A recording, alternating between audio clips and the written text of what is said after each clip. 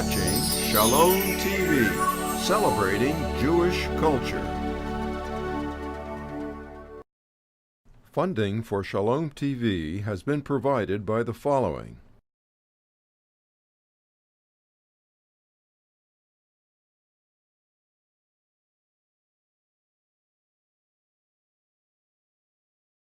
And by viewers like you.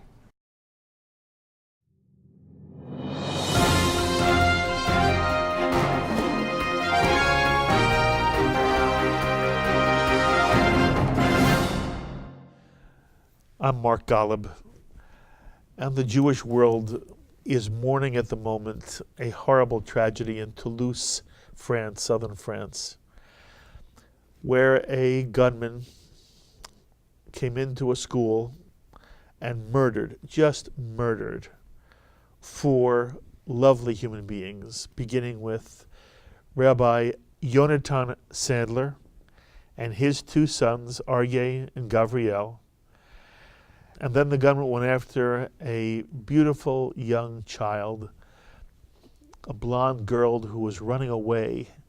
And he chased after her and grabbed her by the head and shot her dead. Miriam Monsonego, who happened to be the daughter of the principal of the school. The event in Toulouse has literally taken the breath away from the Jewish community. And we wanted to talk to 2 individuals about the significance of the event. How do they view it? How do they put it in context?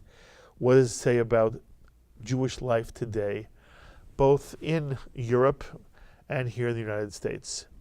So I'm very pleased to be joined by Malcolm Hoenlein, the Executive Vice Chairman of the Conference of Presidents of Major American Jewish Organizations, and Ken Jacobson, Deputy Director of the Anti-Defamation League of B'nai B'rith. Gentlemen, thank you so much for joining us. The question that's raging now in the Jewish community is, to what extent, Malcolm and Ken, should this be seen as an isolated incident of a deranged individual, so that it's a tragedy, but it should not be frightening to the Jewish community, nor should it be seen as an indication of anything?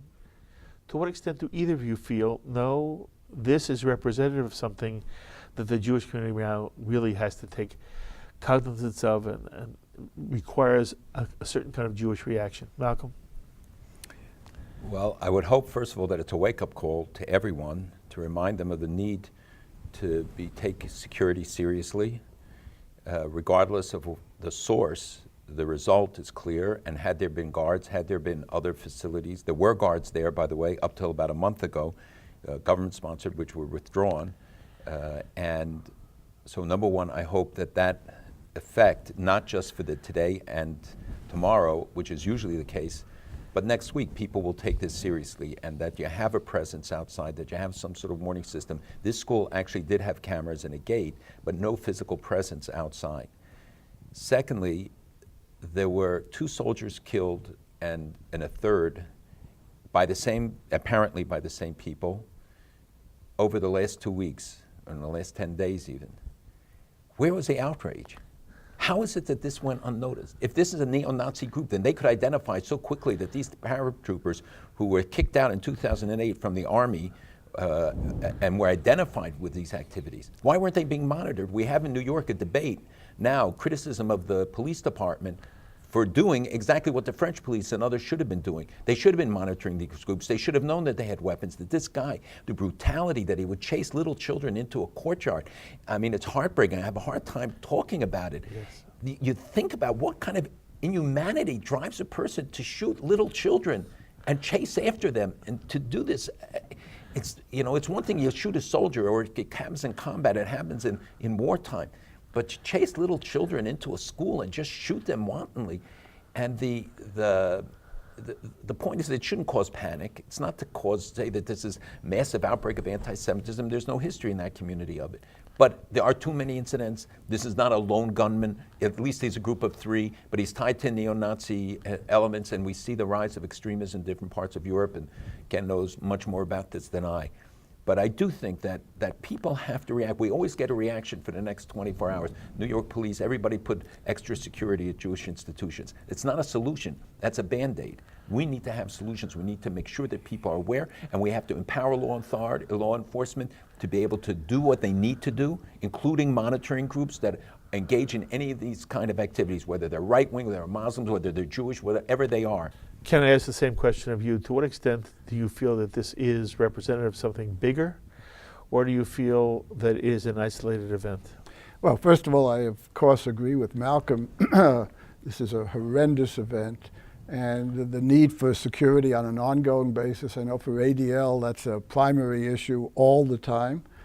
The need for awareness, all of that. The question as to whether this is a unique event or speaks volumes about the larger situation is complicated, and I too don't want to rush to broader judgment. But we have to say there are several elements in France, in Europe in general, that create climates that at least make maybe some individuals think that it's not inappropriate to do crazy things like this.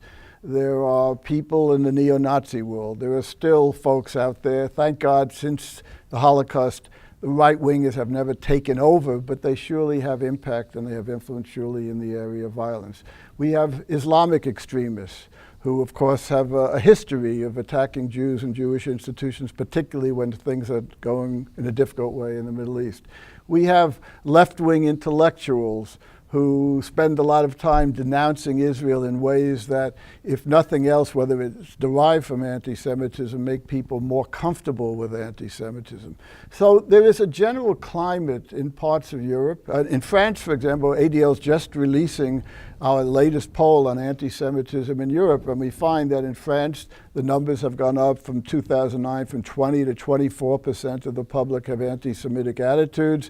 On a question whether the violence against Jews is caused by anti-Israel or anti-Jewish things, it's now up to 45% believe it's anti-Semitism, so you can't even cloak a lot of this in anti-Israel stuff. On the question of whether the Jews of France are seen as more loyal to Israel than to their own French community, 45% of Frenchmen believe that Jews are more loyal to Israel than to France. So I'm not going to exaggerate like Malcolm. I don't think there's a reason to panic. There's a reason for greater awareness and security. But the truth is there are things going on in Europe, in France as well as other countries, which make it more possible for people who are on the extremes to think that the society is not as opposed to it as it should be. Do either of you feel that there is a lack of the kind of attention that you're asking even people in Europe, but you're also referring to people in America? Well, first, in terms of American Jews, I'm consistently disappointed by the fact that they do not take this issue seriously. And schools has always been, and I've discussed it on your show many times, a priority because they're so vulnerable. Synagogues in Europe have armed guards and systems, the CST in London and some of the other groups who do a great job. We are in the 18th century when it comes to providing that kind of security. They can get guidance, they can go to the SCAN website, ADL website, others, they can get information, but they don't follow up. In Great Britain, for instance, each parent has to agree to do a half a day guard duty for the school when they sign up a child. Why can't we have that here? Because the physical presence of someone outside who knows who belongs and who doesn't belong, who could sound an alarm, who could take a picture. Because when you ask somebody to describe, this guy did a lot of surveillance, it's clear. And the police have said that they found that they believe he had surveillance, and in addition to having a camera taking pictures of this horrific barbaric act. Yes. So maybe he would have been seen. So they would have taken a picture. They could have identified him as one of these three neo-Nazi former paratroopers. And when you ask people just by sight, they say, one will say he's 5'6", the other says he's 6'5". And therefore having a cheap camera there that just somebody will take a picture, that alone is a deterrent. It doesn't mean it prevents, but it can deter. You can move him someplace else, you can try to prevent. And people just don't, it's human nature that we move on. After 9/11, the whole country was ready to act, and each day further away, it dissipates. And each tragedy gets people excited for a week, sometimes even less, and then it dissipates, and we can't have that. This is going to be an ongoing danger. This is not just going to happen once, regardless of whether there's a conspiracy behind it or no conspiracy. And frankly, the international community doesn't take it seriously. Where was the condemnation from the UN? Where's the message that Jewish children and Jewish blood is not cheap and that it's not going to be tolerated? That Ken and I were just talking about Cathy Ashton of the EU's horrific remarks, where she starts throwing in the children of Syria, the children of Gaza, the children of in mentioning and supposedly commemorating this terrible tragedy. This is outrageous. Yes, you should make sure everybody understands what you're saying. There was a member of the EU The foreign minister, who basically tried to compare this to tragedies that befall young people. And in conflict situations Well, or a civil war. particularly Gaza, because Gaza is a completely different situation. You can't even on the same Right. ballpark dimension. And Israel goes to such extents to avoid civilian casualties.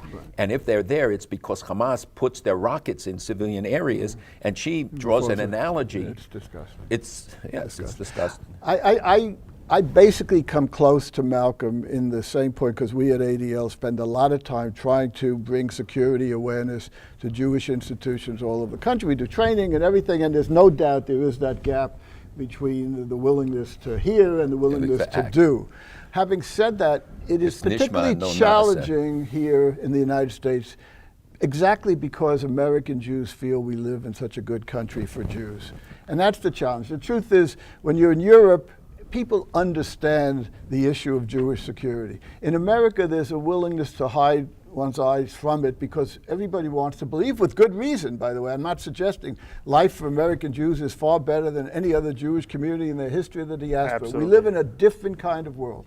But having said that, there are things that can be done that don't undermine that sense, and as a matter of fact will enhance the sense of the security of living in America by doing really basic stuff, such as Malcolm pointed out, just having security guards, just having education. So we don't have to undermine that sense of comfortableness that is unique to American Jews to still protect the children and the families in the synagogues and other Jewish institutions. And we remember, we can have it both, and the notion that if you do anything at all, you're admitting that America is not a safe, it's not an either-or proposition. So you want a policeman in every high holiday service? I think for that, for sure. There's a question of whether there should be a guard somewhere around on every Jewish center? I'm not ready to advocate that. I think every each Jewish center, each a policeman? Institution.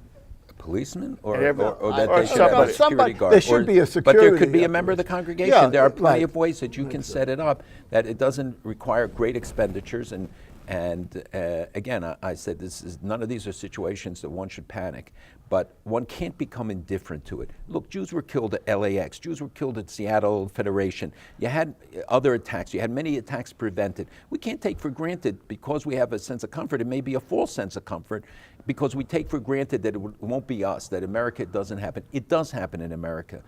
Again, I'm not saying that we can compare it to the threat that exists in Europe. In Europe, you sometimes have 3 layers of police you have to get through before sitting. I don't want to see that. But I do think having people who are aware, if you have Gabayim, people who serve as stewards in the synagogues, who will know who belongs, who doesn't belong. If somebody comes in, you welcome them, but at the same time, you can see. I want to free associate with the two of you and just see where your own minds go. It was in the 80s, I believe, there was an incident where somebody came to the Goldenberg, was it Goldenberg? It was something like Golden something in Paris, and shot up a restaurant. That's The what Goldenberg restaurant. that was the last major. In the Plutzel. Yeah. And the French Prime Minister at the time, French President at the time, Mitterrand, said that there were 4 Jews killed and 2 innocents killed. Right. And we were struck as the Jewish community that he would differentiate between the 4 Jews and then the 2 innocents. And I wanted to know whether in any way you feel that that mentality in Europe still exists, that there is still a notion in this world that somehow, Malcolm, the Jew is not innocent, and that in some way the Jew has to confront a world in which anti-Semitism is still an endemic part of our lives in a way that we hoped post-Holocaust, it would have disappeared. Well, I think it's a reality that we always have to be aware of, but I do not believe in this case that we saw a reaction like that. Sarkozy went to Toulouse together with the head of the Jewish community, and his comments said this was an attack on all Frenchmen, on all France, and responded in that vein. So we did not hear that kind of a comment. But you did hear think from the EU. Well, she didn't say exactly that, but she did the linkage. Where you do hear it, and I heard it in American press reports and also in the statistics that Ken cited, how many people still link it and say, well, because of the events in the Middle East. This had nothing to do with events in the Middle East. These are neo-Nazis who hate Jews, who hate colored people, who hate immigrants, who hate anybody who's not them, who doesn't ascribe to their ideology. The same thing often with the Muslim, the people driven to Muslim extremism. It has nothing to do with it. So they don't raise even the Palestinian issue. They're driven because of hatred and ideological things. Are there some who may use that as an excuse or say that motivated them? Always. You can find people who say they attack America because of things that America does or America says or America believes. It's what we stand for. It's what we stand, America and Israel, for democracy, freedom, justice, the things that these people hate. And the linkage is inappropriate. It's not, the death of these little children can't be ascribed to anything. There was no provocative event in the Middle East that caused it. Actually, the last time that I can recall where it was done expressly, and I agree with Malcolm completely that Sarkozy's reaction was exactly what we wanted to hear, was Jacques Chirac when, during the Second Intifada, when there were all these attacks on Jews individually and Jewish institutions, firebombing, 2002, 2003, and his initial reaction, indeed for about half a year or more, was, well, this is the outcome of events in the Middle East coming to the streets of Paris. And of course, we said to him, that's interesting. Number one, I haven't seen any Jews killing Muslims in the streets of Paris. It was only Jews who were under attack. And the point being, he was rationalizing anti-Semitism in the grossest form, which is personal attacks on Jews and Jews, by saying it's somehow related to them. That's the last time. He himself changed over the next year. He woke up one day after one terrible weekend and he said exactly what Sarkozy said now, which is now when any Jew is attacked, all of France is attacked. I think there's a broader question than you're asking, which is what is the relationship of classic anti-Semitism to the so-called new anti-Semitism? Please. And again, our survey indicates the questions we ask in our survey are really trying to get how much the old classic anti-Semitism remains, and then you could make connections. And the truth is the numbers on Jewish power, on Jewish loyalty are remarkably high. In France, they're by not the highest. You go to other countries like Spain, Poland, Hungary, and you have figures like they believe 70% of Jews are more loyal to Israel than to their country. They believe that 50% believe that Jews have too much power in their country, in the business community, or control over the government. And is it this sort of traditional anti-Semitism? These are the classic questions that are asking. So we always believe there's a connection, obviously, between the so-called old anti-Semitism and the new.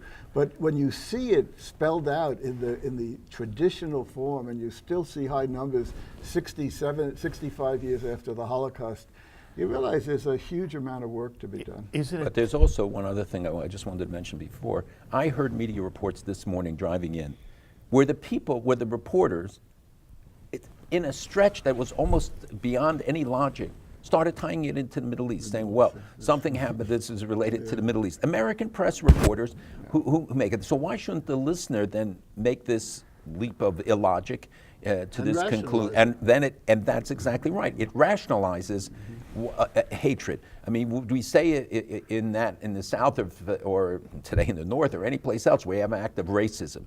Is there justification for racism? No. Does a criminal act someplace say that it's okay, then you go and attack people of any kind? No.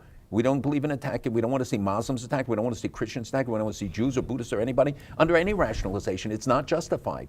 But you see the rationalization coming through, and often in more subtle ways, sometimes in more blatant ways. And we have a responsibility to hold those people to account, to say it's not acceptable. And when Ashton makes this comment, it serves that same purpose. And you diminish it, everybody becomes a victim. It's not just Jews who become victims. Once you accept that this kind of act can take place, once you accept that hatred can be expressed, and don't dismiss it because they're young people, because they're lone operatives, because they're members of a neo-Nazi group, society is responsible And law enforcement has to do its job, but society has responsibilities as well. By the way, the OSCE has made progress in that through all the conferences. Originally, they were rationalized. And what is that? That's the Organization for Security and Cooperation in Europe, which hosted the conferences on anti-Semitism between 2003-4 and up to, and they did issue a statement after one of the conferences, I believe it was the German one, the one in Berlin, saying that no attack against a Jew can be rationalized. It's pure anti-Semitism to attack a Jew. In other words, saying this effort to rationalize attacks on Jews will just not be acceptable. Whether that's really gone down to the local governments and the communities is another matter. And again, that's why Sarkozy's comments were really important.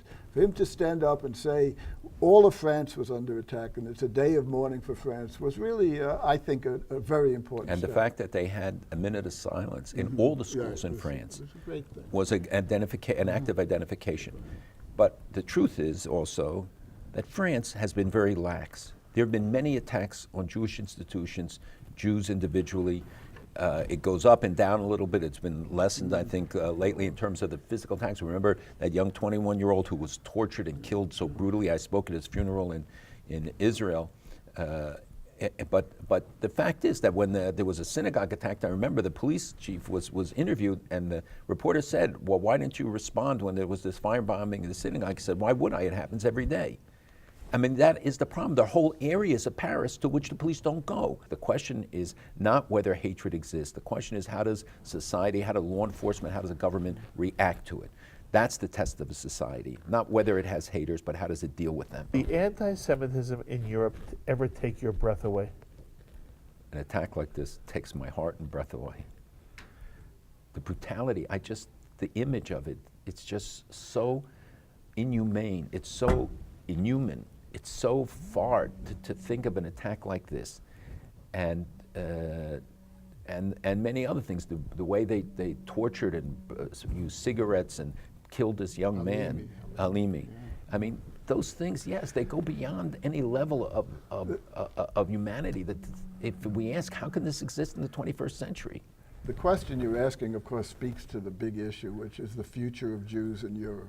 I would say the key is how the governments of Europe deal with their Muslim population. And by the way, I blame the governments as much as the extremists in the Muslim camp.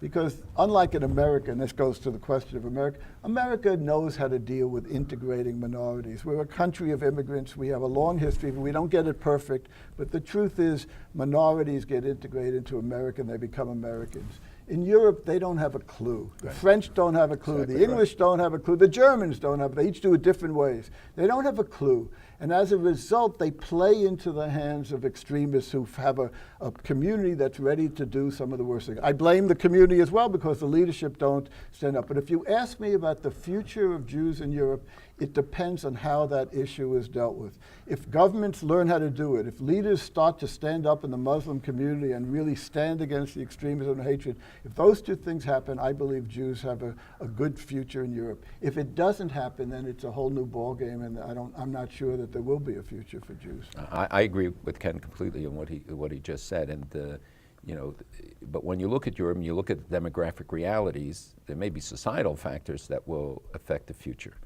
But the tolerance for this kind of racism and hatred is the test. And I think we have that Jews in Europe feel increasingly uneasy. We hear it. He's right that in many places Jews live lives. They go about their daily lives. But when you talk to young people, when you talk to non-Jewish young people in Europe, many of them are very skeptical about their future. When the birth rate, 40% of the births in Europe are Muslim children, this is not because they're going to be radical or anything. It just means a change in Europe, that Europe is going to go through many changes. And the tragedy is that they did nothing to integrate the population, to work on it. And what's happened is that often the children of people like the Turks who came as secular moderates, their children are being radicalized. And they have no relation, the parents have no control over them, the society has no control over them. You know, there's the old saying, it's hard to be a Jew. It's great to be a Jew. It's also great to be a Jew. When my wife lists all the things she feels lucky about, one of the luckiest things she feels is she's a Jew. Right. It's still hard to be a Jew as lucky as it is to be a Jew.